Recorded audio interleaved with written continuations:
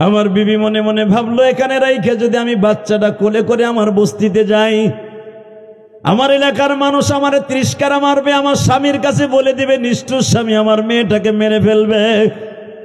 আমি এখান থেকে একজন দাইমা ঠিক করলাম, দুধমা ঠিক করে আমার মেয়েটা পালতে দিয়ে দিলাম।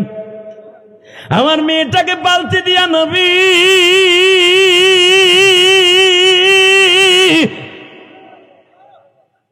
1 বছর 2 বছর নয়, আমার বিবি 5 থেকে 6 বছর পর্যন্ত ওই বাড়িতে টাকা দিয়ে পেলেছে।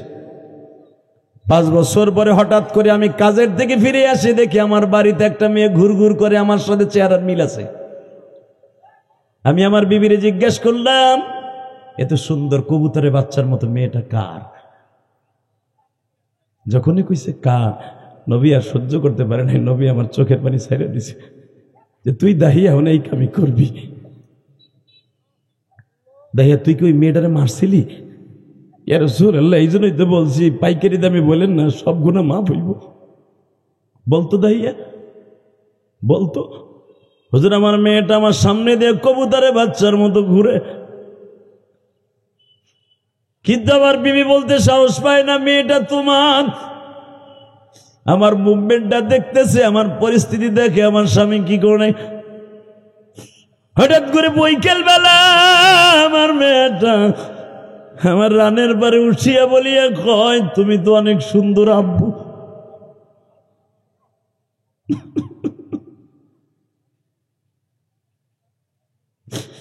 নবী আমার চোখটা বন্ধ করে বলে, দাহিয়া রে, সূর্যি পাষণ্ড জানোয়ারের মতো কাজ করতো জাহিলিয়াতের যুগ, তুই কি করলি?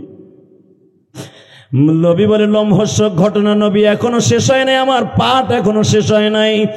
কি করলি রে দাহিয়া?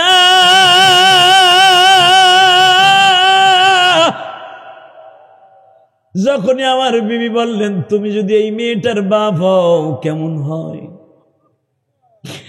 দাহিয়া রে তুই কি করলি বল রে দাহিয়া। নবী আমার বাড়ির থেকে 12-13 কিলোমিটার দূরে চলে নিয়ে গেলাম। সৌদি আরব যারা সফর করছেন বাবা, এখনই তো বাবা মক্কার থেকে মদিনার থেকে কিছু দূর গেলে আর বাড়িঘর নাই। এই ডিজিটাল যুগে যদি না থাকে, ওই যুগে তারও বাড়িঘর ছিল না। নবী মেয়েটার এইভাবে ঘাড়ে করিয়া ফেলাইয়া যখন জানোয়ারের মতো লয়ে যাইতেছি, মেয়েটা বারবার বলে, আব্বু আমার ঘাড়ের মধ্যে ব্যথা লাগতেছে। আমি মেয়েটার কোনো কথা না শুনিয়া নিজের হাতে কোদাল দিয়ে গর্ত খনন করলাম। যখন গর্ত খনন করতেছি, ছোট্ট ছোট্ট সিলেটের বালুর মতো পাথরের কণাগুলা দাড়ির মধ্যে ঢুকতেছে। নবী আমার চোখটা বন্ধ করে বলেন, দাহিয়া রে, সত্যি কি তোর মেয়েটারে তুই দাফন করলি? বলে, নবী এখনো শেষ হয় নাই, আপনি না কইছেন সব গুনাহ মাফ হইব, শোনেন আগে। এরপরে কি করলি? আমি আর শুনতে চাই না, বল এরপরে কি? নবী, গর্ত হয়ে গেল, আমি বুঝতে পারছি, আন্দাজ করতে পারছি আমার মেয়ে আর উঠতে পারবে না। আমি একটা লাথি দিয়ে মেয়েটারে ফেলাই দিয়ে প্রথম আমার কোদাল দিয়ে একটা বাড়ি দিলাম আমার মাথার উপরে।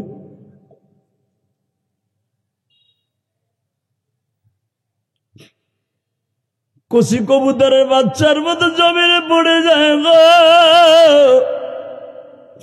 কিন্তু সবচাইতে নবী এখনো পর্যন্ত আমি কেন ঘুমাইতে পারি না জানেননি কেন?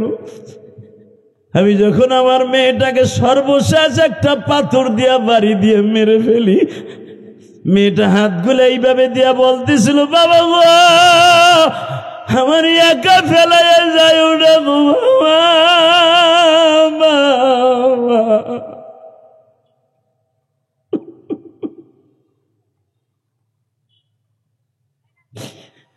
নবী আমি আমার মেয়েটারে যখন মেরে মাটি দিয়ে রেখে আসলাম, বাড়িতে আসার পরে দেখি আমার বিবি আমার বাড়ি ছাইরা চলিয়া গেছে। আমি রাতের অন্ধকারে একা একা ঘুমাই। ঘুমের ঘরে আমার মেয়েটা প্রতিদিন আমারে ডাকে। যখনই ঘুমের মধ্যে ডাক দেয়, আব্বা আমার একা রাইখা যাইও না গো আব্বা। বলেন তো সর্বময় ক্ষমতার মালিক কে? এই যে আল্লাহ জোরে কইলে না বেটারা, এই টানের চড়াইয়া পড়বো। বলেন সর্বময় ক্ষমতার মালিক কে? এখানে আসার তৌফিক কে দিচ্ছেন? যাইবার তৌফিক কে দিবেন? সব কাজের শুরুতে কার নাম নিবেন? খানা খাওয়ার সময়, পানি খাওয়ার সময় ওই আল্লাহর প্রশংসা। জোরে সোরে বলেন তো আলহামদুলিল্লাহ। প্রশংসা করলেন কার? খুশি হইল কে? বেজার কে? জীবনে একটা দিন যদি মওলাই কারিম খুশি হয়ে যায়, এই 10টা পৃথিবীর সমান একটা জান্নাত আপনার নামে দলিল হয়ে যাবে। দুনিয়া আইজ আছে কাল নাই, বাহাদুরি করে কোনো লাভ নেই। কথাটা বাস্তব না অবাস্তব? আইজ আছে কাল নাই, বাহাদুরি করে কোনো লাভ নেই। এই দুনিয়ায় যারাই বাহাদুরি বেশি করছে ওরাই মরছে। আর অগমরণ এমনভাবে হয়েছে, কুত্তা যেমন রাস্তার পাশে পড়ে থাকে এইভাবে মরে রয়েছে। ঠিক না ভাই? ঠিক। যেমন আপনারা জানেন পৃথিবীর সবচেয়ে বড় ডিক্টেটর, স্বৈরাচার, জালিম, তার নাম ছিল ফিরাউন। ফেরাউনের যারা কায়রোতে গেছেন মিশরে, আল্লাহ পাক আমারে দেখাইছে, আমি দেখছি এই কায়রোতে ফেরেশতা এই ফেরাউনের কয়েকটা মুভি বানানো হয়েছে। মুভি হতো তার ছবির আকৃতিতে কতগুলা মূর্তির মতো বানায় রাখছে ওই দেশের সরকার। ওর আসল যে বডিটা এখন দেখা যায় না, এটা ফ্রেমের মধ্যে আটকানো, কাঠ দিয়ে বানায় রাখছে, পাথর দিয়া। তো মনে মনে ভাবি যে ফেরাউন তো জানতাম অনেক লম্বা, এটুক তো আর না। তো এখানে একজনে জিজ্ঞেস করলাম আরবিতে, হে না ফেরাউন? হারাম, এইটা ফেরাউন না, এটা ফেরাউনের আকৃতি বানায় রাখছে, সৌরতান ফেরাউন। আমি তখন বললাম যে আসল শয়তানটা কই? ওরে যদি বাংলা পৃথিবীর কোনো মানুষ আসলভাবে দেখতো, বিল্ডিং ভাঙ্গে হইলে ওরে জুতা দিয়ে 2টা বাড়ি দিত। ওই দেশের মিশরি লোক কইতেছে, সুবহানাল্লাহ বলেন না? ও যে এত বড় জালিম, ওর আসল মূর্তি যদি বর্তমান দেখানো হইতো এই ডিজিটাল যুগে, ওরে দেখার সাথে বিল্ডিং দিয়ে দিক আর গ্লাসের মধ্যে রাখুক, ওরে জুতা দিয়ে 4টা বাড়ি দিলেও দিত। ঠিক না ভাই? ঠিক। তার জ্বলন্ত প্রমাণ আমি আপনারা দেখাই।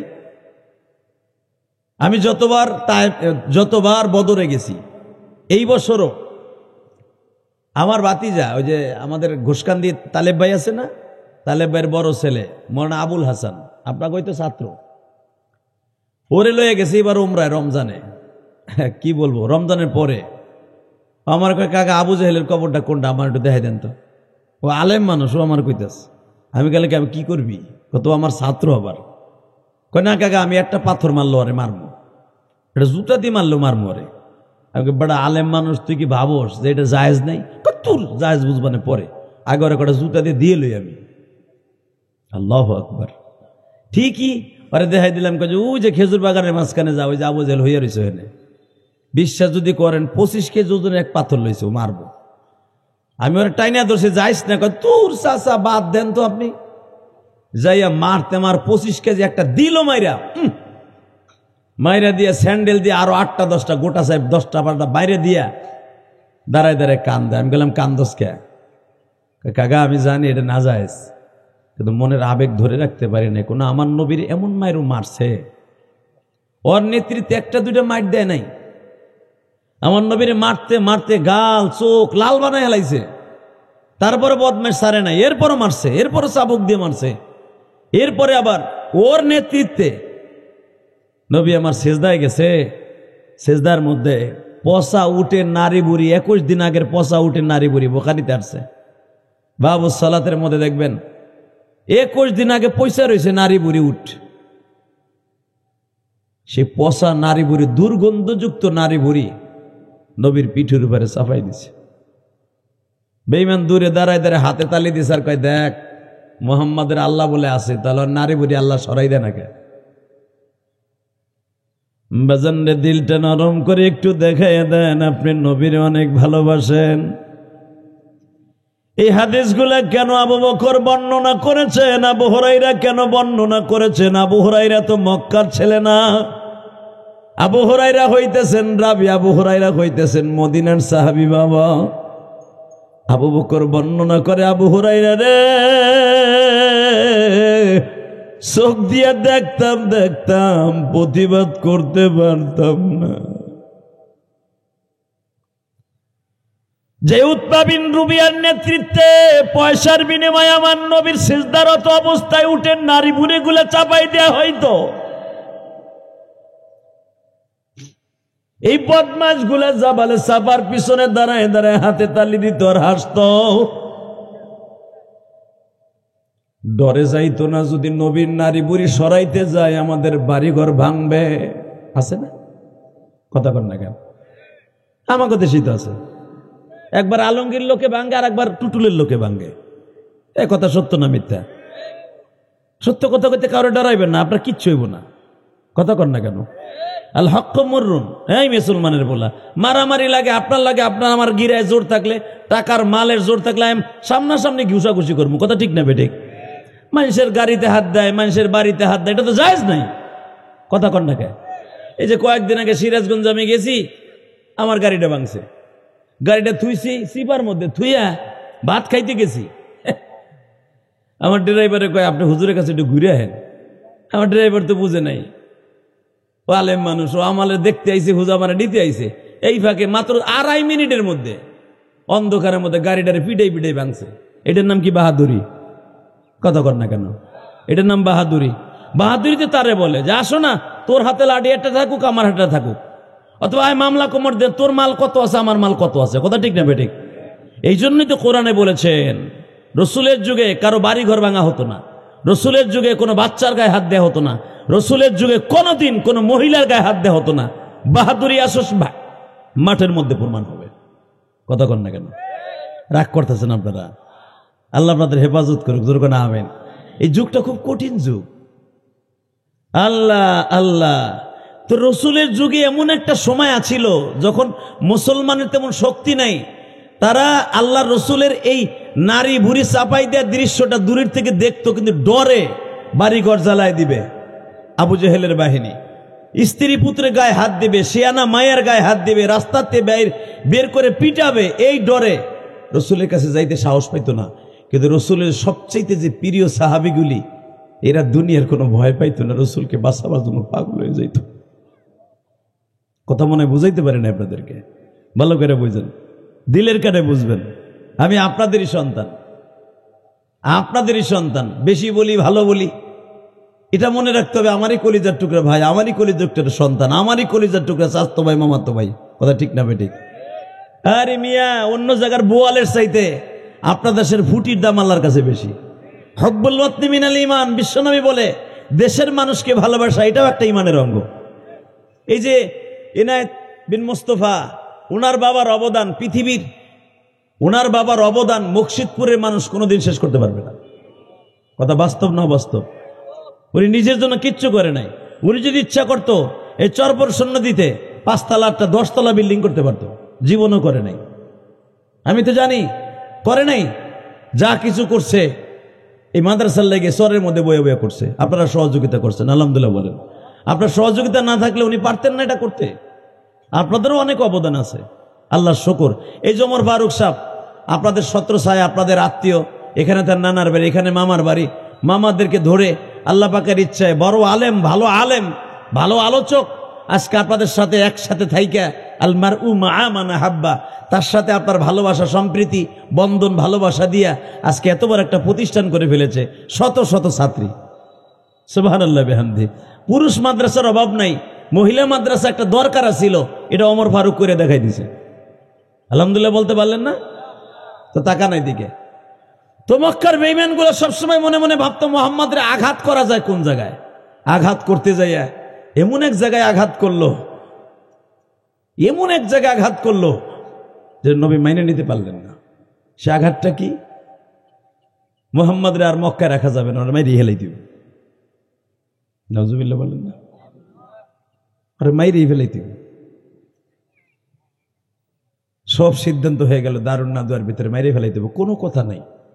ওর যন্ত্রণায় আমাকে টেকেরেডের মানুষ ঠিক থাকতে পারলো না, ওর যন্ত্রণায় ঘরে হইতে পারি না, ওর যন্ত্রণায় বাপ বেটার ভিতরে মারামারি লেগে গেল, ওর যন্ত্রণায় স্বামী স্ত্রী এক বিছানায় ঘুমাই থাকি, বউ গোপনে কালেমা ভরে ফেলাইছে, স্বামীরে লাত্তি দিয়ে থুয়ে চলে গেছে মুহাম্মাদের দলে।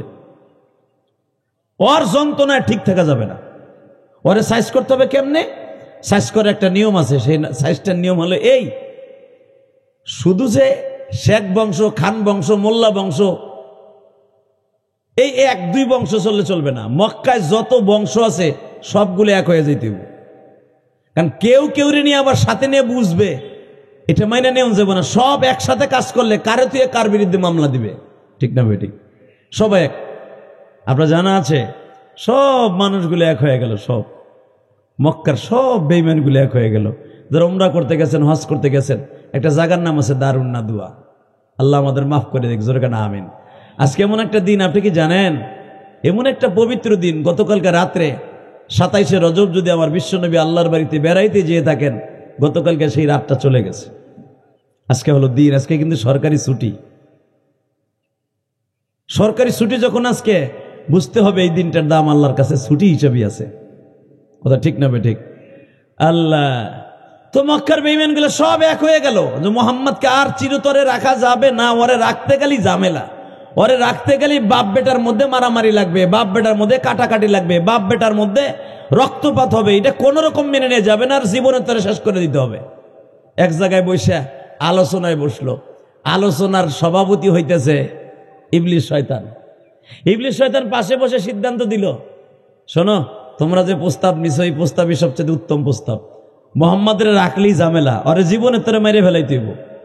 ঠিক করা হলো মক্কার সবচেয়ে বড় ক্যাডার, আমার দিকে তাকাবেন আর চোখের পানি ছাড়বেন, মক্কার সবচাইতে বড় গুন্ডা, সবচাইতে বড় জানোয়ার, সবচাইতে বড় জানোয়ার উতবা বিন রুবিয়া, উতবা, সাহেবা, মুগিরা, এই বড় বড় বদমাশ গুলারে ঠিক করা হইল মুহাম্মদ আজকে রাত্রি শেষ করে দেওয়া হবে। নাউজুবিল্লাহ বলেন না? আচ্ছা আপনাদের কাছে আমি একটা কথা জিজ্ঞেস করি, আমার নবী কি শত্রু ছিলেন? আমার নবী কি দুশ্মন ছিলেন? সন্ত্রাসী ছিলেন? অবশ্যই তো চোরা ছিলেন। হ্যাঁ, আরে আপনার আলেমুলামার মুখে শুনছেন আমার নবীর চেহারার মধ্যে এমন একটা গুণ আছিল, আমার নবীর চেহারা যদি কেউ একবার দেখতো জীবনে কোনোদিন ভুলতো না। আমার নবীর চেহারার মধ্যে এত লাবণ্যতা ছিল। আল্লাহ কোরআনে কি বলে শুনেন, আমি আয়াতগুলা পড়ি আর আপনার দিলকে নূরান্বিত করার জন্য আল্লাহু আকবার দিয়ে নিজের দিলকে ঔষধ হিসেবে গ্রহণ করবেন। وَإِنَّكَ لَعَلَى خُلُقٍ عَظِيمٍ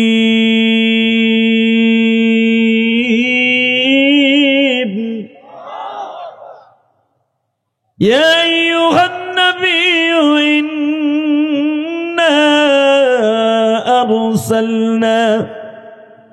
أرسلناك شاهدا ومبشرا ونذيرا وداعيا إلى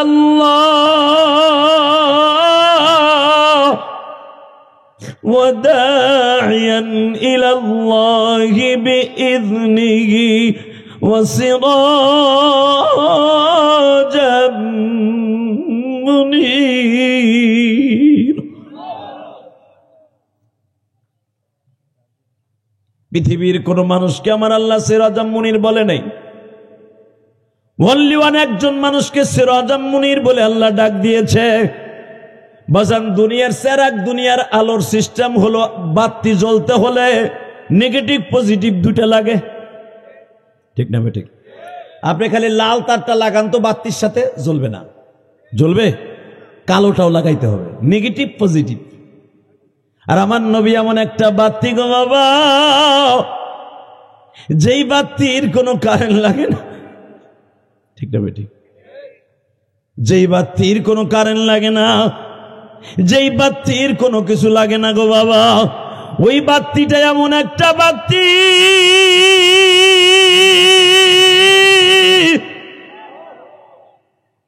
যেই বাতির কোনো তৈল লাগে না, যেই বাতিটা এমন একটা বাতি দেখলেই আলো হয়ে যায়। আরো জোরে কর। আজকে সেই বাতিটারে চিরতর স্তব্ধ করে দেওয়ার জন্য মক্কার মানুষগুলো সব উঠে পড়ে লেগে গেল। সবাই সিদ্ধান্ত নিল মুহাম্মদকে মাইরে ফেলতে হইব। সারা মক্কার বেঈমানগুলো ঘরের চারপাশ দিয়া দাঁড়ায় গেছে, আজকে মাইরে লইব। হালাকির কয়েক মাস আগে মক্কায় এমন একটা পর্যায়ে চলে আসলো, বিভিন্ন প্রকার ষড়যন্ত্র, বিভিন্ন প্রকার লুটতরাস, মারামারি, খুন খারাপি যত কোয়ালিটিতে আছে সব করার জন্য তারা প্রস্তুত।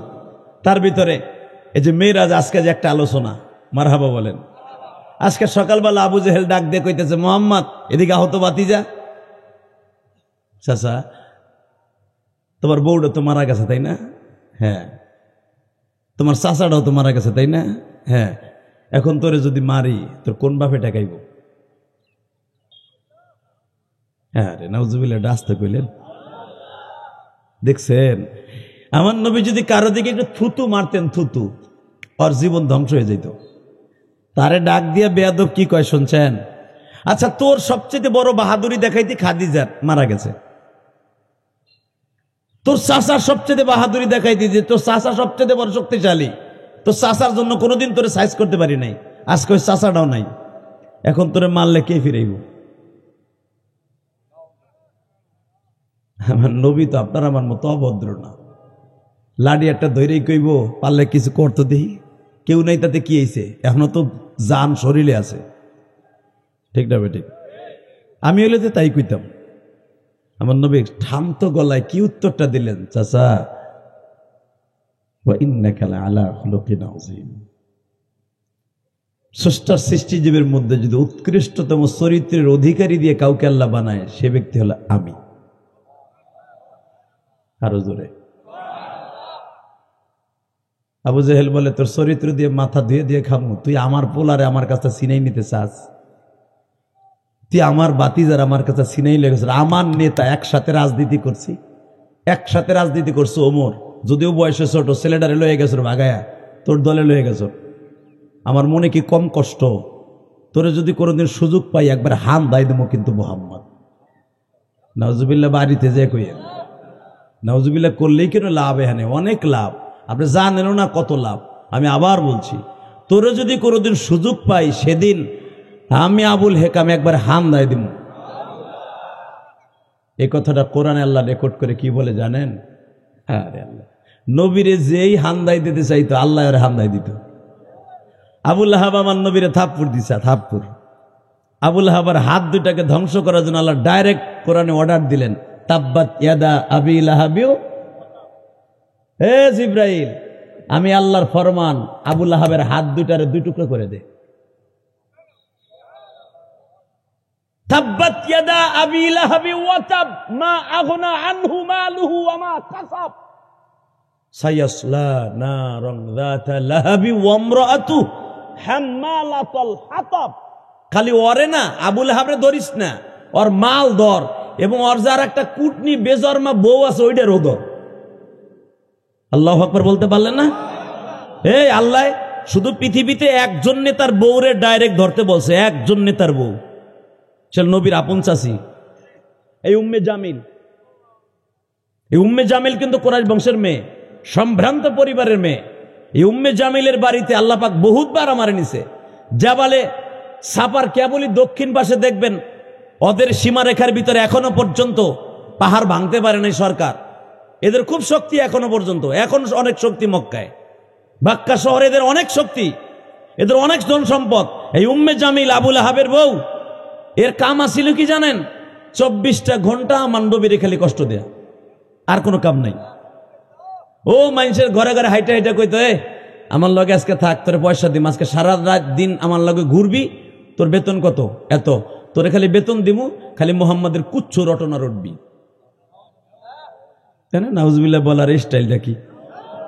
এটাকে আমি ইলিয়াস রহমান জিহাদির বদনাম করবেন চার দোকানে বইয়া? এটা তো আমি ইলিয়াস রহমান জিহাদি না, উনি এমন একজন নবী, ওনার উম্মত হওয়ার জন্য সারা দুনিয়ার মানুষ অপেক্ষা করছে। সারা দুনিয়ার নবী আমার নবীর উম্মত হওয়ার জন্য বারবার দরখাস্ত জমা দিছে। আল্লাহ শুধু একজন নবীর দরখাস্ত কবুল করছে। 1,24,000 পয়গম্বরের মাঝে শুধু একজন নবীর দরখাস্ত কবুল হয়েছে, আর সব নবী আমার নবীর উম্মত হওয়ার জন্য দরখাস্ত দিছে। কি মনে করলেন আপনি?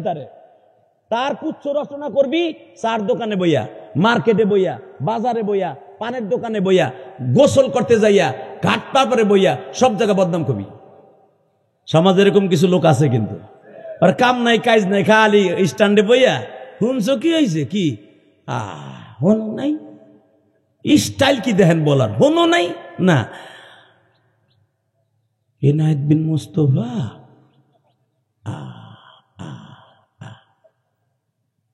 কি কমু আমার তো জানা নাই, লেগে মানে কইলাম ডস ডস ডস। হালাকে হ্যার একটু তলা তালাশ করে দেখেন, হ্যার যে কত বদনাম হ্যাঁ নিজেও জানে না। কথা কন না কেন? ঠিক এটা যে এই যুগে বাজান তা না, আমার কলিজার ভাইরা, আপনার আমার এলাকার মানুষ বুঝবেন, এই যুগে ছিল তা না। আজ থেকে 1445 বছর আগে ওই শয়তানিটা ছিল। এই মহিলা ভাড়া করছে টাকা দিয়া, তুই খালি মোহাম্মদের বদনাম কবি, এই জন্য তোরে বেতন দিবি। হঠাৎ করে দেহে চাষিটা অসুস্থ, এবার কানবেন। চাষিটা অসুস্থ 3-4 দিন, আর দেহে বাজারে বুজারে গেলে কেউ কয় না যে মোহাম্মদ তোমার চাষি দিয়ে আমার কাছে বদনাম হয়ে গেল, আর তুমি আমাকে লাগে ভালো ব্যবহার করতে। এটা বুঝলাম না তো, চাষি যেই চাষি তোমার এত আদর করে লালন পালন করে সেই চাষি তোমার বদনাম কয়, আর তুমি যে কি ব্যবহারটা কও, চাষির কথার সাথে তোমার ব্যবহারের সাথে তো মিল নাই। হঠাৎ করে দেখে সপ্তাহখানিক চাষি আর বদনামও কয় না, রাস্তাঘাটে কোনো কাটাকুটাও বিছায় না। বাজানরে বিশ্ব নবী আস্তে করে চাষির বাসায় গেলেন, রুমালটা গায়ে দিয়া। ঠিক দুপুরের দিকে যায় দেখে চাষি আমার ভাল্লুকে জ্বর হইছে। ভাল্লুকের গায়ে যে জ্বর আসে 24 ঘন্টা, ওই জ্বর হইছে ওর, মেলিয়ে জ্বর। নবীজি চাষির সামনে বয়ে কয়, চাষি আমি এই জন্যই তো কই যে আমার রাস্তায় কাটা নাই কে, আর রাস্তায় রাস্তায় আমার বদনামের লোক নাই কে। সূরা লাহাবের তাফসিরে দেখবেন, আবু লাহাবের বউ আর একদিক মুখটা ঘুরে কয়, আল্লাহ তোকে কি আমার বাড়ি সেরা পর্যন্ত আসার সুযোগ দিল, তুই কি মরতে পারলি না? আরে আরে রহমতের নবী রহমত। চাষির মুখের দিক তাকায় বলে, চাষি আমি দোয়া করি আপনি ভালো হয়ে যাবেন। তোর দোয়ায় আমার ভালো হইতে হবে না, তুই যদি মরস আমার কাছে সবচেয়ে বেশি ভালো লাগবে। তখন আমার নবী একটা কথা বলছিল, চাষি মনে করে দেখেন তো, আমার মনে পড়ে আমার মা যেদিন আপনাদের কাছে আমার রাইখা যায়, বাবার কবর জিয়ারত করতে মার সাথে যখন মদিনায় যাই, তখন আপনাকে 9 জন চাষির এক জায়গায় ডাইকে আমার মা একটা কথা বলছিল, নবীর জন্য এখন 1 ফোঁটা পানি ফেলবেন, আপনার চোখের গুণা, পায়ের গুণা, মাথার গুণা, পুরা বডির গুণা জড়ে যাইব। চাষি সব চাইতে কয়েকজন চাষির কাছে আমারে আপনাদের কাছে রাইখা গেছিল। 1 নম্বরে আমার চাচি আবু তালেবের বিবি, 2 নম্বরে উম্মে ফাজল আব্বাসের বিবি, 3 নম্বরে আপনি গো চাচি। ও চাচি, যদি আপনারা আমাকে সন্তানের মতো লালন পালন না করতেন, আমি মুহাম্মদ এখানে টিকা থাকা কষ্ট হয়ে যাইত। আমি 6 বছর বয়সে মা হারাইছি গো, কোন মানুষকে আজ পর্যন্ত বাপ বলে ডাকতে পারি নাই। চাচি যেই সবরে আমার আব্বা মারা যায়, ওই সবরে তো আমার এই চাচা আবু লাহাব ছিল, আবু তালেব ছিল, আমার বড় চাচা হারিস ছিল, হাজল ছিল, জুব্বন ছিল, জুবাইর ছিল। 6 জন চাচা আমার বাপ সহ ওই সবরে ছিল গো চাচি। আমার বাবা 5 জন চাচার কাছে আমার মাকে, এবং গর্ভবতী মায়ের পেটে আমি ছিলাম, আমারে রাইখা তো আমার বাবা বিদায় লয়ে গেছে। আপনারা যদি আমাকে দেখে না রাখতেন, মক্কায় আমার প্রতিষ্ঠিত হওয়া কষ্ট হয়ে যাইত। শুধু একটা কথা বলি গো চাচি, এমন একদিন আসবে আমারে দেখার জন্য আপনি আফসোস করবেন, সেদিন আর দেখতে পারবেন না।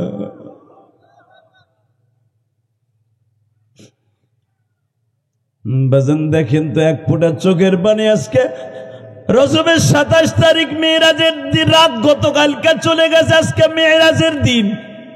যদিও মেরাজের দিনে কোনো রোজা নাই, নামাজ নাই বাবা, এই দিনে চোখের পানি দিয়ে যদি কেউ দুরূদ পড়িয়া নবীর কাছে একটা দরখাস্ত, আল্লাহর কাছে দরখাস্ত সাবমিট করে, ওই মানুষটা মৃত্যুর আগে একদিন হলো আমার নবীর জীবনে একবার স্বপ্নে দেখতে পারবে। আর এই চোখ দিয়ে যদি একবার নবীর স্বপ্নে দেখতে পারেন গো বাবা, আপনার বডির জন্য জাহান্নামের আগুন হারাম হয়ে যাবে।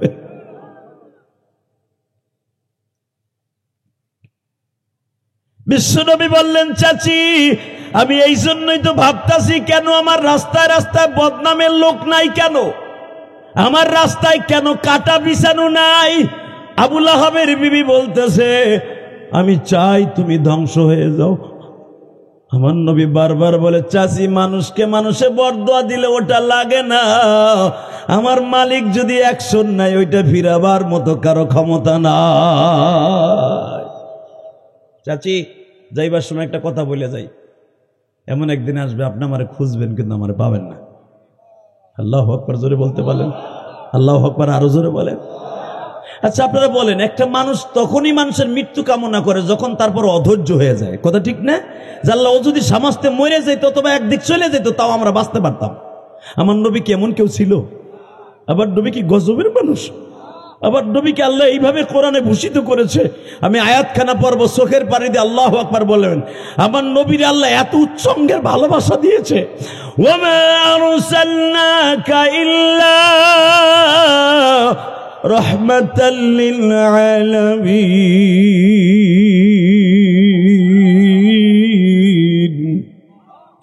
লাকাদ কানা লাকুম ফি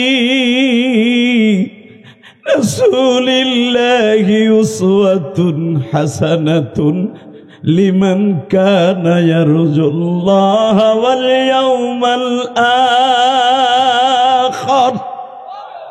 যারা কিয়ামতকে বিশ্বাস করো, যারা আখিরাতকে বিশ্বাস করো, তাদের জন্য আমি আমার নবীকে এমন মডেল রাইখা দিলাম।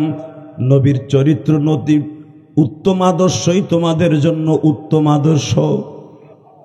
এ মুসলমান ভাইরা, পৃথিবীতে যার আদর্শবান হতে বললেন আল্লাহ, উনি কোনদিন আপনার আমার সামনে গজব হয়ে আসতে পারে না। সারা দুনিয়ার রহমত ছিলেন তিনি, ঠিক না বে ঠিক? জোরে কর, আরো জোরে জোরে। হে চাচা তাকান এদিকে, আমার নবী এমন একটা রহমত, সারা দুনিয়ার ভিতরে এমন কোন মানুষ আল্লাহ বানায় নাই। তার জ্বলন্ত প্রমাণ দেয় হিজরাতের দিন উম্মে মাবাদ নামে একজন সাহাবীর নাম শুনছেন না আপনারা? এই উম্মে মাবাদের বাড়ি আল্লাহ পাক আমার একবার নিছে, আলহামদুলিল্লাহ বলেন। আপনি যখন খায়বারে যাবেন, খায়বারে যাইবার সময় খায়বার থেকে 29 কিলোমিটার দক্ষিণে, 29 কিলোমিটার, এবং তবুকে যখন যাবেন তবুক থেকে প্রায় 40-45 কিলোমিটার উত্তরে এই উম্মে মাবাদ মদিনার থেকে প্রায় 90 কিলোমিটার দূর। আল্লাহু আকবার জোরে বলেন। এই উম্মে মাবাদ, এই মাবাদ নামে একটা মসজিদ আছে। এই রমজানের আগের রমজানে আল্লাহ পাক একদিন আমার তারাবি পড়াইছে ওই মসজিদে। আল্লাহ তো 17-18 বার নিচে মক্কা মদিনায়, অনেক জায়গায় ঘুরে ঘুরে দেখছে, আল্লাহ দেখাইছে, আলহামদুলিল্লাহ বলেন। তো উম্মে মাবাদ নামে একজন সাহাবী ছিল, ওর বয়স ছিল মাত্র 7 বছর। কয় বছর? জোরে কন। এই তো আর 10 মিনিট কথা কম জামুগা, আর জ্বালাম না। উম্মে মাবাদ নামে 7 বছর একজন সাহাবী ছিল, ওই ছেলেটার মতো টকটকে ফর্সা ছিল। আমার নবী হিজরতের সময় আবু বকরে বলে, এই বাড়িতে একটা কুলুবরই গাছ দেখা যায়, বাড়ির চারপাশ দিয়ে ওয়াল করছে, খেজুর গাছের মাঝখানে ঘেরা। এই বাড়িটা আজকে আমরা রাত যাপন করবো। সুবহানাল্লাহ কইলেন না? আরে বাবা, ও সিরাজাম মুনির, আমার নবী এমন একজন সিরাজান মুনির, এমন একজন আলো। আমার নবী কোনো অন্ধকার বাড়িতে গেলে কোনো বাতির প্রয়োজন হইতো না। আমার নবী কোনো বাড়িতে যদি অনুমতি ছাড়া ঢুকতেন, ওই বাড়িতে খাবারের অভাব হইতো না। আমার নবী এমনই একজন মানুষ। তো আবু বকরকে যখন বললেন, আর আবু বকর যে 2জন খাদেম নিযুক্ত করছিলেন রাস্তা দেখানোর জন্য, তাদের 2জনে বলতেছে, তোমরা যে একটু বলো এই বাড়ির মালিকরে যে আপনাদের বাড়িতে আমাদের একজন মেহমান অবস্থান করবে। উম্মে মাবাদ অর্থাৎ মাবাদের মা বলতেছে, দেখো আমার স্বামী বাসায় নাই, আর স্বামী ছাড়া মক্কার একটা নিয়ম আছে, মক্কা মদিনার নিয়ম আছে, স্বামী ছাড়া কোনো পরপুরুষ বাড়িতে ঢোকাটা ঠিক না। নবী আমার বললেন, আপনার অনুমতি যদি পাই আমরা। এই কথা যখন শুনছি না একটু মায়া হয়েছে, যে এই দেশের জাহিলিয়াতের যুগের নিয়ম হলো যারা ক্যাডার মার্কালো, এরা কোনো অনুমতি নেয় না, দাম করে ঢুকে কয় এই জায়গা আমার, এইখানে বমু, এটাই আমি করবো। কিন্তু এই লোকটা এতবার অনুমতি চায়, অবশ্যই লোকটা ভদ্রলোক। উম্মে মাবাদ, মাবাদের মা পর্দার কাপড় সরাইয়া তাকায় দেখে পূর্ণিমার চাঁদ উটের পরে বসা। আরে পূর্ণিমার চাঁদ বসা। উম্মে মাবাদকে বলে, মাবাদকে বলে, যাই বল তোর আব্বা কি কইলো না কইলো ওটা পরে, ওনারে ঘরে আসতে কর। কিন্তু দেখেন আপনারা যে 4 জন মানুষ আসছেন, আমার স্বামী বাসায় তো নাই, আপনাদের ঘরে জায়গা দিতে পারবো না। ওই যে আমার ওখানে উটের খামার আছে, কয়েকটা উট ওখানে থাকে, ছাগল ভেড়া বকরি থাকে, ওইখানে আপনারা তাবু গেড়ে থাকতে পারেন। রহমাতুল্লিল আলামিন উটের খামারের পাশে বসছে। উটগুলা জিব্বা বের করে দিয়ে আসমানের তাকায় বলো, ওই আসমানের মালিক যারা তুমি সারা দুনিয়ার রহমত বানাইছো, সে আজকে আমাদের তাবুর কাছে। এই মহিলা তো চিন্তাছে না, আমরা তো ঠিকই চিনে ফেলছি।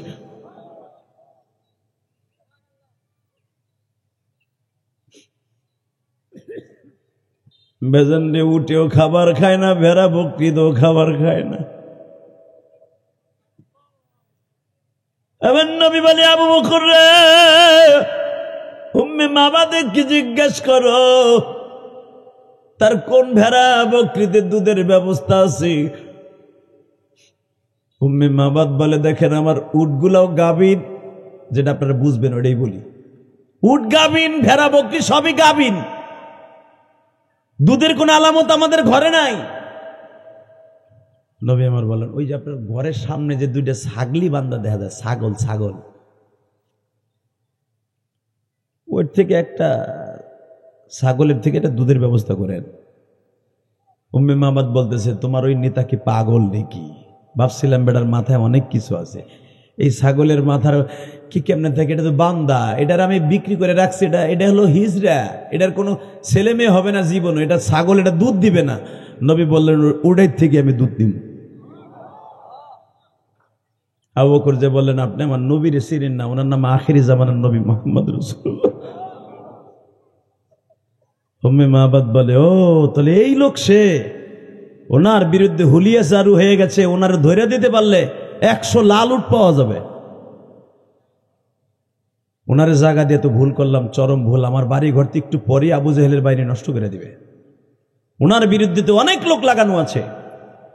হযরত আবু বকর বলেন, শোনেন গো, ভালো করে বুঝেন, ওনাকে মারার মতো মানুষ পৃথিবীতে কেউ জন্ম নেয় নাই। ওনারে ধরার জন্য সুরাকা বিন মালিক বহুত চেষ্টা করে নবীর তালাশ করেও পেয়েছিল, নবীর কাছে আসতে পারে নাই।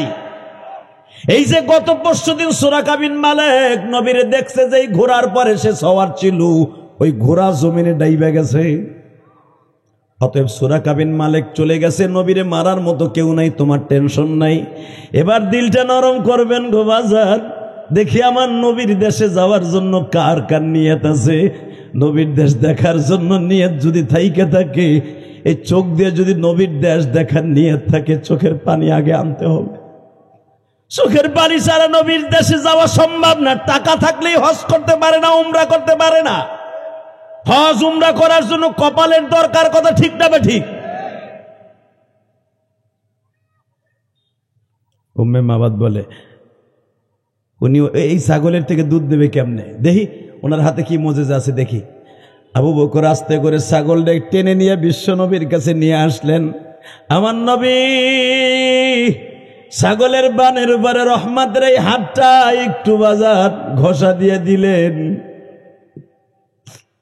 ঘষা দিতে দেরি আছে, ছাগলের বান মাটির দিকে পড়তে দেরি হচ্ছে। আবু বকর বলে, আমার নবীর 3500 মুজিজার মধ্যে উল্লেখযোগ্য একটা মুজিজা আমার চোখের সামনে। আমি আসরের পরে বিশ্ব নবীর হাতটা বুলিয়ে দিল ছাগলের বানের উপরে। আস্তে আস্তে ছাগলের বানটা বড় হওয়া শুরু হলো। মাত্র আধা ঘন্টার ভিতরে ছাগলের বানের মধ্যে দুধগুলো ভরে গেল। এখানে রাবি লেখেন, যখনই ছাগলের গায়ে স্পর্শ করছে আমার বিশ্ব নবী, নবীর সংস্পর্শের সঙ্গে সঙ্গে ছাগল জিহ্বাটা আসমানের দিকে তাইয়া বলে, মালিক, রহমাতুল লিল আলামিনের হাত আমার শরীরে লাগছে। আমি জানি আমি জীবনে মা হতে পারবো না, আমি জীবনে বাচ্চা দিতে পারবো না, আমার তো বাচ্চা দানি নাই। আমি জীবনে বাচ্চা হওয়ার কোনো অ্যাবিলিটি আমার নাই, তবে তোমার কাছে সবই আছে। তুমি যদি সব নবী, বন্দা নবীর বিবি জাকারিয়া নবীর বিবিকে বাচ্চা দিতে পারো, আল্লাহু আকবার বলো। জাতির পিতা ইব্রাহিমের বন্দা বিবিরে যদি বাচ্চা দিতে পারো, জাকারি নবীর বিবিকে যদি 100 বছর বয়সে বাচ্চা দিতে পারো, তুমি জাকারিয়াকে প্রথম বলছিলে তোমার বিবি বন্দা, জীবনে বাচ্চা হবে না। জাকারি নবীর চোখের পানির খাতিরে যদি ইয়াহিয়াকে দিতে পারো, মালিক তুমি সবই পারো, বাচ্চা ছাড়াও দুধ দিতে পারো।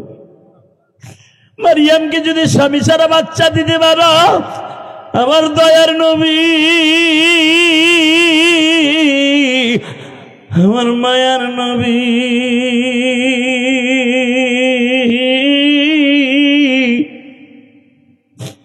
কলিজার নবী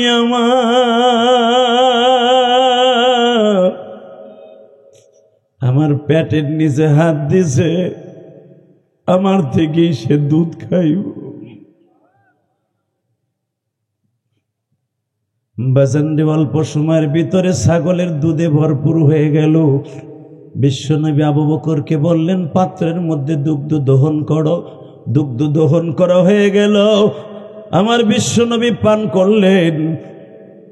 আরো যে সাহাবীরা ছিলেন তাদেরকে পান করাইলেন। উম্মে মাবাদের কাছে ভাণ্ডটা ধরে দিলেন। বাবা, উম্মে মাবাদ একবার দুধের দিকে তাকায়, আর একবার বাবা ছাগলের দিকে তাকায়, আর মনে মনে ভাবে এই সময়ের ভিতরে যদি আমার স্বামী আসতো, আমি আমার স্বামীর লইয়া লোকটার কাছে কালেমা পড়ে মুসলমান হয়ে যাইতাম। বুখারীর মধ্যে আল্লাহর কুতুব আল্লামা আজিজুল হক লেখেন, আমার নবী যখন পরের দিন বের হয়ে গেলেন, একদিন মাঝখানে থাকতে না থাকতেই আবি মাহবাদ আসছে। এখন দিলটা নরম করবেন গো বাবা। আবি মাহবাদ অর্থাৎ মাহবাদের বাবা আসছে। মাহবাদের বাবা ঘরে ঢুকেই জিজ্ঞেস করে, তুমি এত দামি সেন কোথার থেকে কিনছো? পুরো বাড়ি কেন এত ঘেরান? উম্মে মাহবাদ বলে, এই ঘেরান আমাদের নয় গো, এই ঘেরানের যে মহাজন সে চলে গেছে।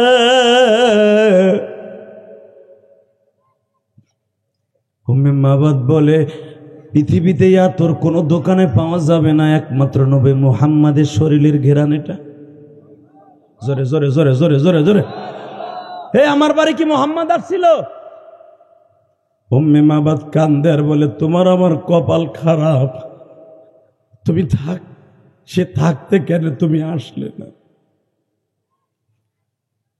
আবি মাহবাদ বলে, বল আমার নবী কোন দিকে গেছে?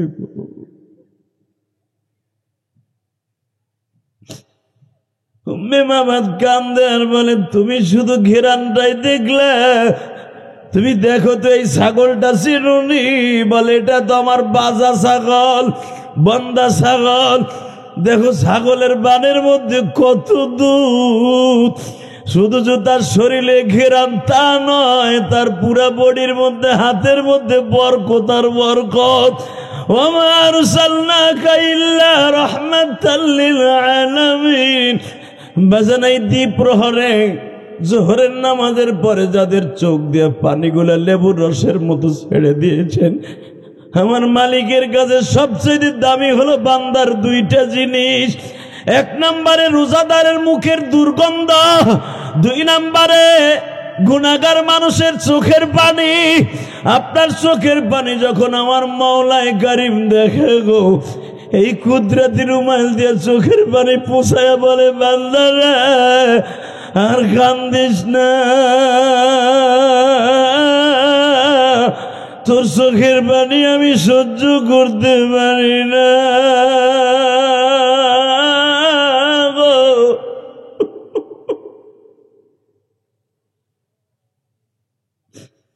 বাজানার মাত্র 1 মাস 2 দিন পরে মাহে রমজান শুরু হয়ে যাবে। বাজান দুইটা পায়ে হাত দিয়ে বলবো, গো বাবা, আর মাত্র 1 মাস 2 দিন বা 3 দিন মাঝখানে আছে, মাহে রমজান এসে যাচ্ছে। মাহে রমজানের আগে এই শাবান মাস আর মাত্র 2-3 দিন পরে আরম্ভ হয়ে যাবে। এই শাবান মাসে পুরা বডিটারে পরিষ্কার করিয়া সাবান দিয়ে যেরকম কাপড় পরিষ্কার করে আপনার পুরা বডিটা শাবান মাসে পরিষ্কার করবেন। চোখের পানি দিয়ে আমার মাওলারে বুঝাইয়া বলেন, মালিক আমার মতো গুনাহগার কেউ নাই,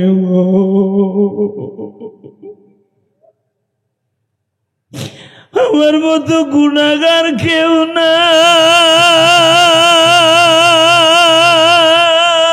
গো।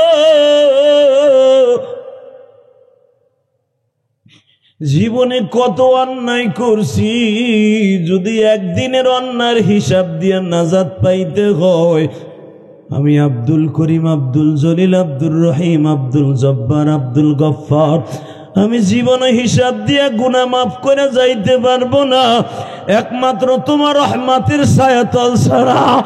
আপনার আমার আত্মীয় স্বজন চোখের পানি দিয়ে আমার মাওলারে বুঝায়, এখন মালিক আর সময় নাই। এই মুখের মধ্যে দাড়ি ছিল না, দাড়িগুলা কাঁচা হইয়া উঠল, ওই দাড়িগুলা পাইকা গেল। দাঁতগুলা কি সুন্দর ফ্রেশ ছিল, সব দাঁতগুলা পড়িয়া গেল। আগে গ্যান্ডারি চাবাইয়া খাইতে পারতাম, এখন একটু গোশতও চাবাইয়া খাইতে পারি না।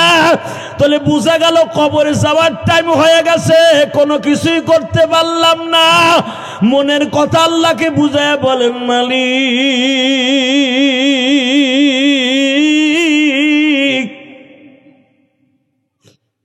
তুমি মাফ না করলে কার কাছে যাইয়া দাঁড়াবো?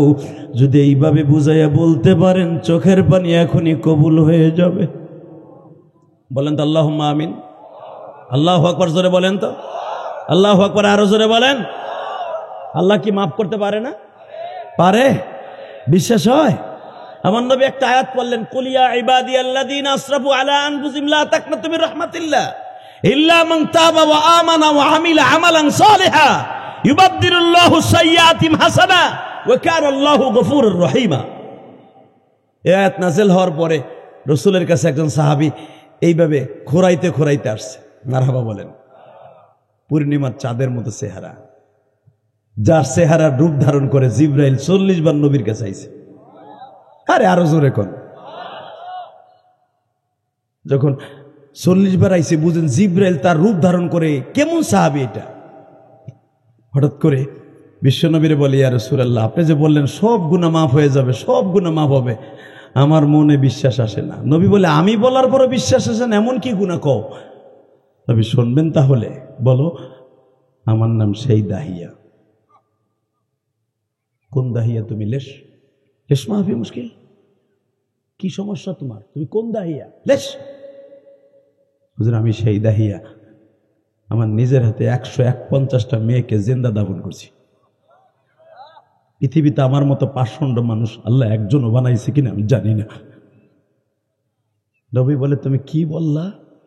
ওয়াইদাল মাউদাতু সুইলাত বিআইয়ি যামবিন কুতিলাত, তোমাদের মতো যারা মেয়েদেরকে জিন্দা দাফন করত, কিয়ামতের মাঠে তোমাদেরকে আল্লাহ প্রশ্ন করবে। ওই মেয়েটা বলবে, বিআইয়ি যামবিন কুতিলাত, হাই বাবা আমার অন্যায় কি ছিল, কেন তুমি আমার জিন্দা দাফন করছো? তুই কি সেই দাহিয়া? জি দাহিয়া। আমার জানতে খুব ইচ্ছা করে, তুই কেমনে জিন্দা মানুষ দাফন করতে, তোর কি মায়া লাগতো না? সব বাদ দিলাম, অন্য মেয়েদেরকে আমি দাফন করতাম পয়সার বিনিময়ে, কিন্তু আমারটা দাফন করছিলাম কিসের বিনিময়ে তাই বলেন? আপনি যে বলে ফেললেন সব গুনাহ মাফ করবে, আমার বিশ্বাস সব গুনাহ মাফ হইব না। নবী বলে, আমি গ্যারান্টি দিলাম তো সব গুনাহ মাফ। আরো জোরে, আরো জোরে।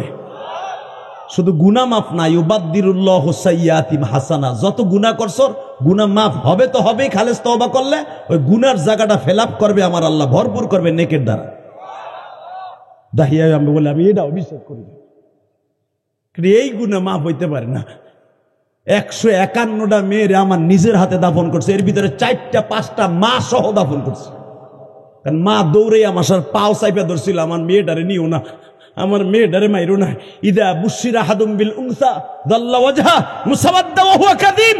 ও নবী, এই মদিনা মক্কার মধ্যে যখনই মেয়ে হইতো এই খবরটা শোনা যাইতো, দাল্লা ওয়াজহা, সমস্ত বাবার চেহারাটা পূর্ণিমার চাঁদের জায়গায় আমাবস্যার অন্ধকারের মতো হয়ে যেত ওই মেয়েটারে মেরে ফেলার জন্য। বাজারে বইয়া, দোকানে বইয়া ফার্মের মুরগির মতো জিমাইতো, আমার মেয়েটারে কে মাইরে দিবা। ওই ডিউটিটা আমার ছিল। কয়েকটা মাস ছিল আমারে বাধা দিতে, মারে একটা কোপ দিয়া কোদাল দিয়ে মা সহ আমি মেরে ফেলাইছি। আমি সেই দাহিয়া। আপনি আজ থেকে 14-15 বছর আগে কেন এই মদিনায় আসেন নাই? আমার এই বৃদ্ধ বয়সে কেন আইছেন? আল্লাহু আকবার জোরে বলতে পারলেন না? দাহিয়া বলতো কেমনে কি করতি। এখন কানবেন, সময় কিন্তু কম, চলে যাব যে কোনো মুহূর্তে, কারণ আজকে আমার ঢাকায় বিশাল বড় প্রোগ্রাম। বাবা,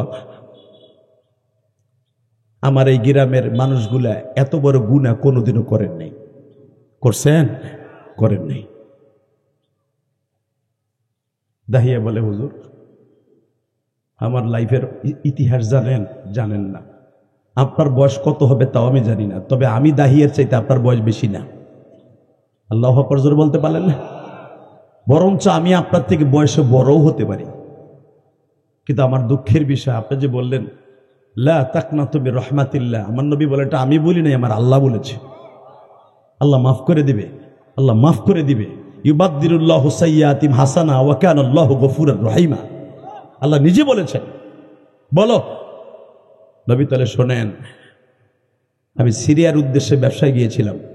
এমন হইয়া সিরিয়া হইয়া আসতে 6 মাস টাইম লাগতো। আমার বিবিকে 7 মাসের গর্ভবতী লাইখা আমি গেছিলাম সিরিয়ায়। সিরিয়া যাইবার সময় বউরে কয়ে গেছিলাম, এখন তো আল্ট্রাসোনোগ্রাম করার সিস্টেম আছে, ওই জামানাতে বোঝার সিস্টেম না, ছেলে হবে না মেয়ে হবে। আমি দাহি আমার বউরে বলে গেছিলাম, যদি আমার মাইয়া হয় তুই নিজে দাফন করে দিস, তাহলে তুই আমার বেটার বউ, একবারে 100 বউ। আর যদি তুই আমার মাইয়া হওয়ার পরে না মারস, মনে করবো তুই আমার শত্রু। কিন্তু হুজুর, আমার বউ ডেলিভারি হওয়ার মাত্র 15 দিন আগে চলে গেছিল অন্য জায়গায় ভাড়া, গহীন এলাকায় চলে গেছিল, যেন এলাকার মানুষ বুঝতে না পারে আমার ছেলে হয়েছে না মেয়ে হয়েছে। ওখানে যে হয়েছে আমার মেয়ে। নবী বলে, মেয়ে হয়েছে তো তোর ঘরে একটা জান্নাত হয়েছে। নবী আগে শোনেন, আমার বিবি মনে মনে ভাবলো, এখানে রাইখে যদি আমি বাচ্চাটা কোলে করে আমার বস্তিতে যাই, আমার এলাকার মানুষ আমারে তিরস্কার মারবে, আমার স্বামীর কাছে বলে দিবে নিষ্ঠুর স্বামী আমার মেয়েটাকে মেরে ফেলবে। আমি এখান থেকে একজন দাইমা ঠিক করলাম, দুধমা ঠিক করে আমার মেয়েটা পালতে দিয়ে দিলাম। আমার মেয়েটাকে পালতে দিয়া নবী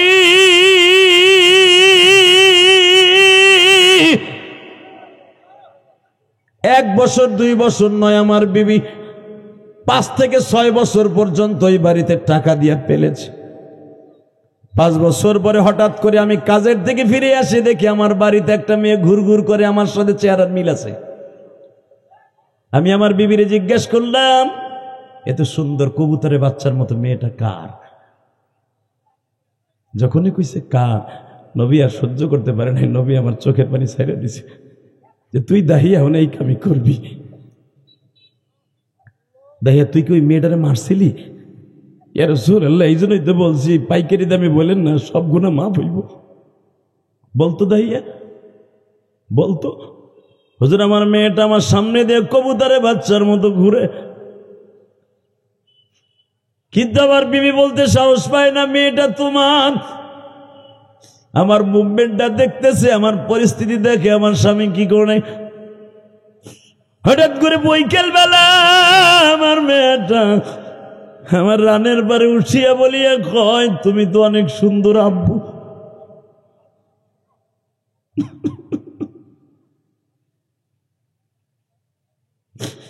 নবী আমার চোখটা বন্ধ করে বলে, দাহিয়া রে, সূর্যি পাষণ্ড জানোয়ারের মতো কাজ করতো জাহিলিয়াতের যুগ, তুই কি করলি? নবী বলে, লম্হস্য ঘটনা নবী, এখনো শেষ হয় নাই, আমার পাঠ এখনো শেষ হয় নাই। কি করলি রে দাহিয়া?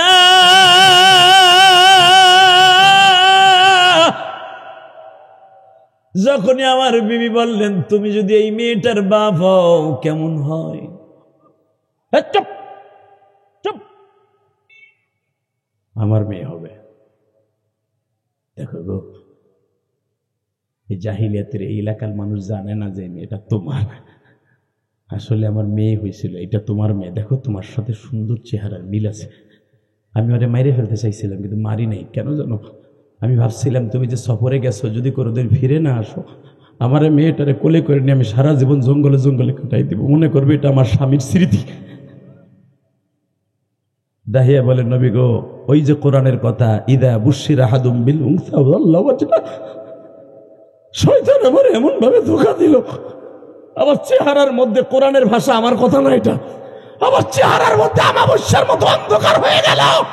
আমার বিবির একটা থাপ্পড় দিয়ে খাটের উপরে ফেলাই দিয়া বললাম, আওয়াজ করবি না, আওয়াজ করলে তোরে শেষ করবো আগে, কোন আওয়াজ করবি না, কেউ যদি শুনতে না পারে যে আমার মেয়ে হয়েছিল।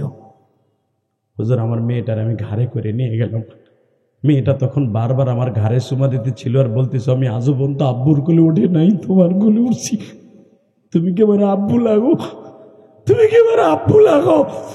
আজও পর্যন্ত আমি কেবারে আব্বু বলে ডাকি নাই। সঙ্গে সঙ্গে নবীর মনে পড়ে গেছে, আমিও তো 6 বছর বয়সে মা হারাইছি, আমিও তো ওই বছর মতো কাউরে বাপ বলে ডাকি নাই। দাহিয়া রে, তুই কি করলি বল রে দাহিয়া। নবী আমার বাড়ির থেকে 12-13 কিলোমিটার দূরে চলে নিয়ে গেলাম। সৌদি আরব যারা সফর করছেন বাবা, এখনই তো বাবা মক্কার থেকে মদিনার থেকে কিছু দূর গেলে আর বাড়িঘর নাই। এই ডিজিটাল যুগে যদি না থাকে, ওই যুগে তারও বাড়িঘর ছিল না। নবী মেয়েটার এইভাবে ঘাড়ে করিয়া ফেলাইয়া যখন জানোয়ারের মতো লয়ে যাইতেছি, মেয়েটা বারবার বলে, আব্বু আমার ঘাড়ের মধ্যে ব্যথা লাগতেছে। আমি মেয়েটার কোনো কথা না শুনিয়া নিজের হাতে কোদাল দিয়ে গর্ত খনন করলাম। যখন গর্ত খনন করতেছি, ছোট্ট ছোট্ট সিলেটের বালুর মতো পাথরের কণাগুলা দাড়ির মধ্যে ঢুকতেছে। নবী আমার চোখটা বন্ধ করে বলেন, দাহিয়া রে, সত্যি কি তোর মেয়েটারে তুই দাফন করলি? বলে, নবী এখনো শেষ হয় নাই, আপনি না কইছেন সব গুনাহ মাফ হইব, শোনেন আগে। এরপরে কি করলি? আমি আর শুনতে চাই না, বল এরপরে কি? নবী, গর্ত হয়ে গেল, আমি বুঝতে পারছি, আন্দাজ করতে পারছি আমার মেয়ে আর উঠতে পারবে না। আমি একটা লাথি দিয়ে মেয়েটারে ফেলাই দিয়ে প্রথম আমার কোদাল দিয়ে একটা বাড়ি দিলাম আমার মাথার উপরে।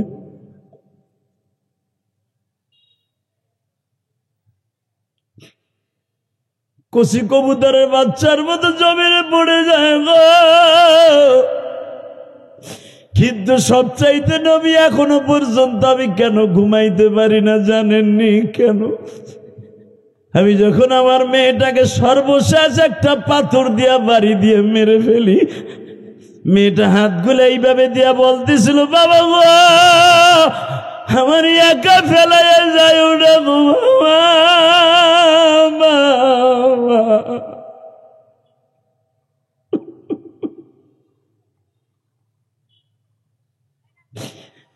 নবী, আমি আমার মেয়েটারে যখন মেরে মাটি দিয়ে রেখে আসলাম, বাড়িতে আসার পরে দেখি আমার বিবি আমার বাড়ি ছাইরা চলিয়া গেছে। আমি রাতের অন্ধকারে একা একা ঘুমাই। ঘুমের ঘরে আমার মেয়েটা প্রতিদিন আমারে ডাকে। যখনই ঘুমের মধ্যে ডাক দেয়, আব্বা আমার একা রাইখা যাইও না গো আব্বা।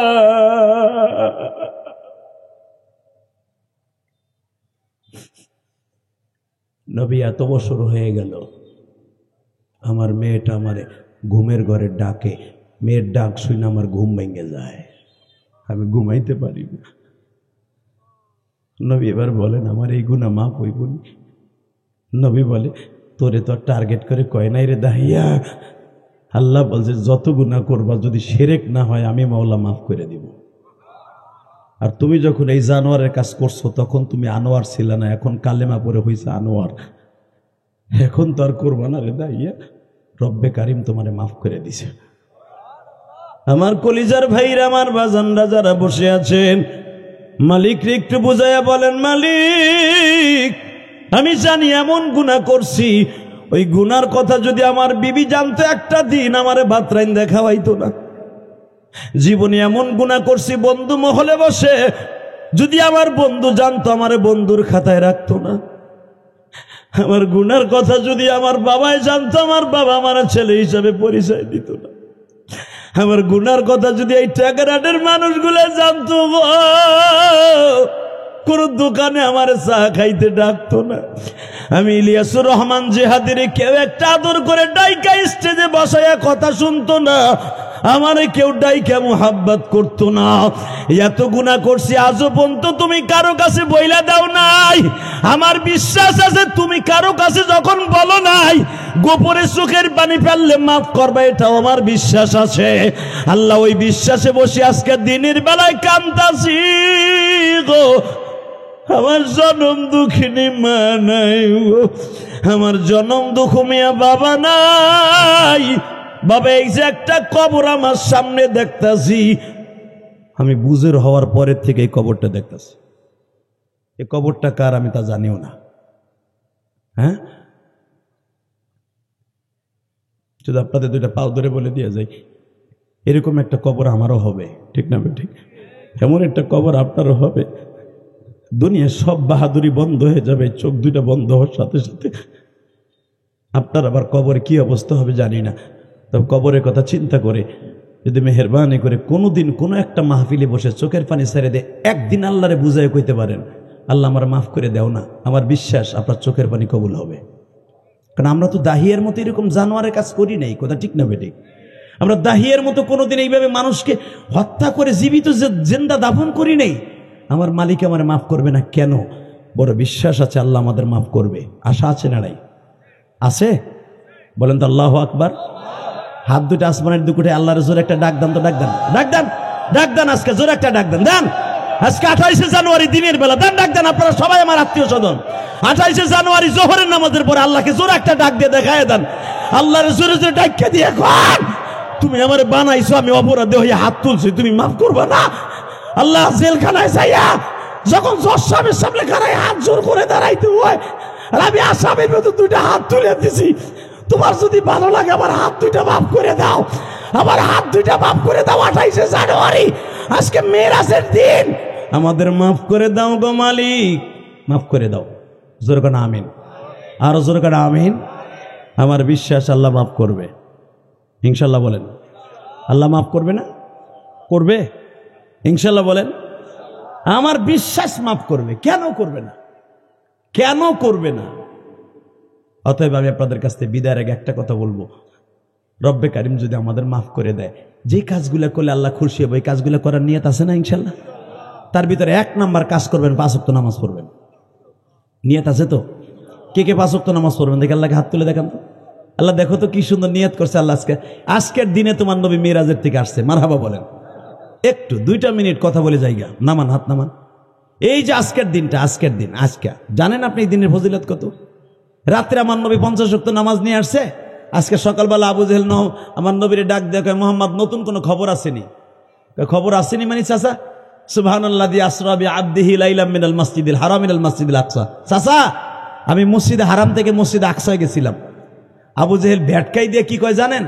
হ্যাঁ রে বেটা, এরকম একটা বাটপারি কথা আর জীবনে পাস না। হ্যাঁ, মসজিদে হারাম থেকে মসজিদে আকসা 6 মাসের রাস্তা, এটা কি সম্ভব যাওয়া? আমার নবী বলে, চাচা আল্লাহ সম্ভব করলেই সম্ভব। কথা বলেন না কেন? ঠিক না বেঠিক? আল্লাহ সম্ভব করলে সম্ভব না? সবচাইতে অসম্ভবকে সম্ভব করতে পারে কে? আবু জেহেল ডাক দেওয়ার সাথে সাথে বলতেছে, এই বেটা গাঁজাখুরি কথা কথা সাহস পাস না? এখান থেকে যাইতে লাগে 6 মাস, আসতে লাগে 6 মাস, কিছুদিন থাকতে 1 বছর সময় জায়গা বাইতুল মুকাদ্দাস যাইতে আর আইতে। তুই কইতেছ 1 রাত্রে গেছ, আবার কইতেছ আল্লাহর বাড়িতে গেছি, 50 ওয়াক্ত নামাজ আনছি। আচ্ছা আমরা বিশ্বাস করি বা না করি, তোর বন্ধু আবু বকরে ডাক দেই। সুবহানাল্লাহ বলেন। এইবার দেখবো আবু বকরের মতো প্রেমিক কয়জন আছেন। রেডি? হ্যাঁ আবু বকরে দিগাও, শুনছো কি হয়েছে? তোমার বন্ধুরে তো আটকে হেলাইছে কথা দিয়া। কয় কেমনে জানো না? না, ট্যাকেরেটের মোড়ে বিট যে হানুমানে খাড়া করাইয়া দিছি, গেরা করে লাগাইয়া। কয় কেমনে? দিছি। জিগা কেমনে দিছি? আবু বকর বলে, আরে নাদান রে, আমার প্রিয় হাবিব রে ঠেকাইবার মতো মানুষ আমি আবু বকর বিশ্বাস করি। নবী আমার কেঁদে দিয়ে বলে, আবু বকর আমি তোরে খালি হাতে ফিরাইতে পারি না, আমার মালিক একটা লকব দিছে এখন জিবরাইলের দ্বারা, গায়রে মাতলুদি আওয়াজ দিছে আমারে। আপনার আবু বকর এত বড় আমার মিরাজের আলোচনা মাইনা নিল, এই আজকের কথা এই জন্য বলে দিয়ে গেলাম। আপনার আবু বকর যখন মাইনা নিছে, আমি আল্লাহ আমার আবু বকরে খালি হাতে ফিরাই দিতে পারি না, আজ থেকে আবু বকর সিদ্দিক। জোরে জোরে জোরে জোরে জোরে জোরে জোরে জোরে জোরে। আমার নবী যে 50 ওয়াক্ত নামাজ নিয়ে আসছে, কোনো অবিশ্বাস আছে? জোরে বলেন। তাহলে আপনি বিশ্বাস করলেন তো আজকের দিনে? আমিও আপনাদের সাথে বিশ্বাস করাবার জন্য বলে গেলাম, 5 ওয়াক্ত নামাজ পড়বেন, 50 ওয়াক্তের সওয়াব পাবেন। কোনো কিলে কওয়াল আছে? এর ভিতরে কোনো সন্দেহ আছে? যদি আপনার সন্দেহ না থাকলে আপনিও সিদ্দিক। আল্লাহু আকবার জোরে বলেন। আর আপনি সিদ্দিক, আবু বকর সিদ্দিকের গাড়িতে জান্নাতে যাবেন ইনশা। সিদ্দিক শব্দের অর্থ হল সত্যবাদী, সত্য কথা গাওয়াহি দেনেওয়ালা, সত্য কথা শুননেওয়ালা, সত্য কথা বলনেওয়ালা। অতএব সদা সর্বদা সত্য কথা বলবেন, মিথ্যা থেকে দূরে থাকবেন, সেটারই বাটপারি করবেন না, কারোর সাথে কারো মাল লুণ্ঠন করবেন না, কাউরে ঠকাবেন না, নিজে ঠকবেন না। ইনশা। সবাই ভালো থাকবেন, সুস্থ থাকবেন।